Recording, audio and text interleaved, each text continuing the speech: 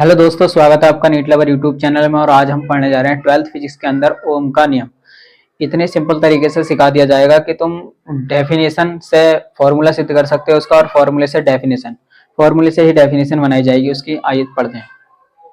देखो, सबसे पहले हमें क्या है, एक चीज पता होनी चाहिए कि ये क्या है सर, विभव। ये विभव मैंने बनवाना है, और ये हमारे पास एक चालक तार है, जैसे कि हमारे पास कॉपर की डोरी मान लो इसको, ठीक है ना। और ये हमारे पास विभव 2, ये हमारे पास विभव 1 है, ये विभव 2 है, और इसमें मैंने क्या है, धारा I प्रभावित कर दी है। क्या कर दी है? धारा I प्रवाहित कर दी है। ये एक चालक तार है। कैसा चालक तार? ठीक है ना, जिसमें करंट फ्लो हो सकता है, वो एक कंडक्टर की भांति व्यवहार करता है, चालक तार की तरह हम व्यवहार करता है। तो इससे हमें किस तरीके से जो डेफिनेशन है वो बनानी है।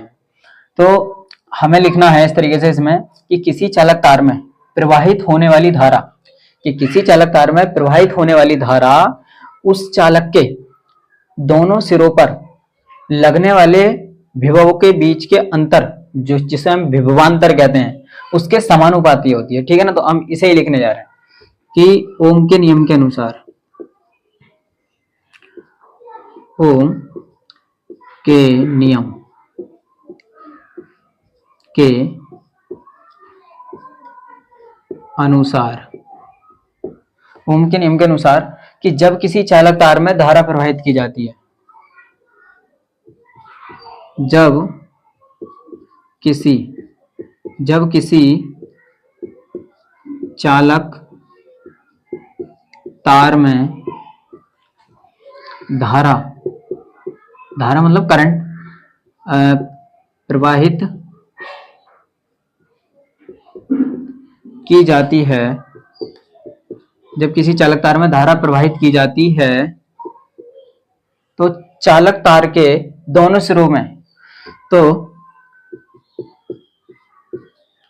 चालक तार के दोनों सिरों के बीच लगने वाले विभवांतर के समानुपाती होती है। जो धारा प्रवाहित की जा रही है, तो चालक तार के दोनों सिरों पर, इधर नहीं है, पर है, दोनों सिरों पर लगने वाले विभवांतर के समानुपाती होती है। दोनों सिरों पर लगने वाले विभवांतर के समानुपाती